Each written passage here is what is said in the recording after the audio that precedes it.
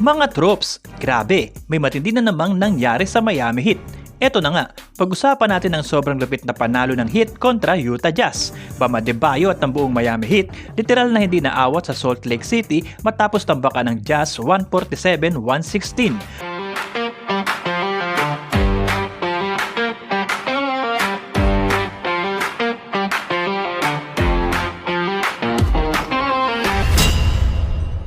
Mga troops, simula pa lang ng laro, ramdam mo na agad ang agresibo ng Miami Heat.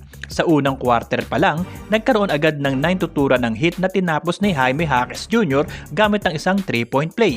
Dito pa lang, malinaw na ang intensyon ng Miami, kontrolin agad ang laro. Si Bam Adebayo ang nanguna sa opensa ng Heat sa first quarter, kung saan umiscore siya ng 11 points. Matapang sa loob, kumpiyansa sa tira at halatang nasa rhythm agad. Pagdating ng second quarter, dito na tuluyang bumigay ang depensa ng Utah.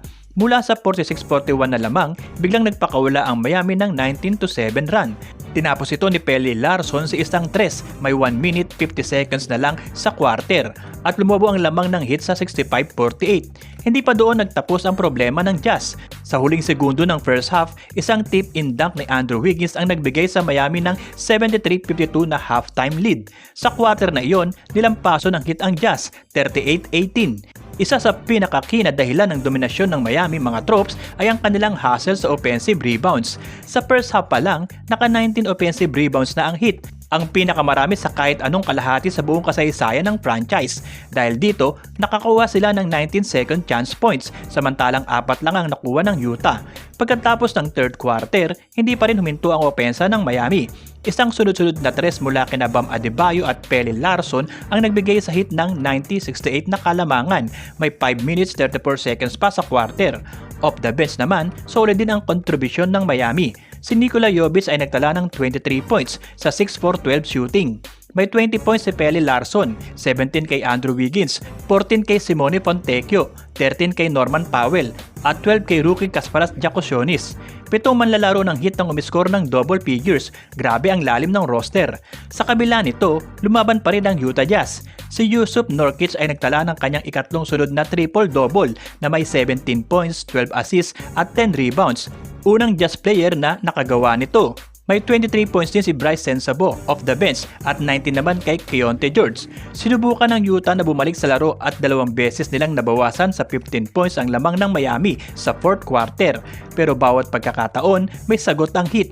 Isang 3 ni Bam Adebayo, may 6 minutes 3 seconds na lang sa laro ang muling nagpalayo sa Miami, 125-102. Mula doon, tuluyan ng kinontrol ng Heat ang fourth quarter na tinapos nila sa 39-27 scoring advantage.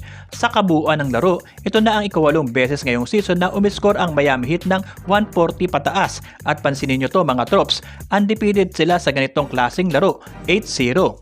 Si Bam Adebayo ay nagtapos na may 26 points at 15 rebounds, kanyang ika-16 na double-double ngayong season. Isang malinaw na patunay kung gaano siya kahalaga sa sistema ng Miami Heat. Pero kayo mga troops, ano ang pinaka napansin nyo sa larong ito? Ang opensa ba ng Miami, ang rebounding o ang lalim ng kanilang rotation? I-drop nyo na ang opinion nyo sa comments. Yun muna mga troops ang kwento natin ngayon.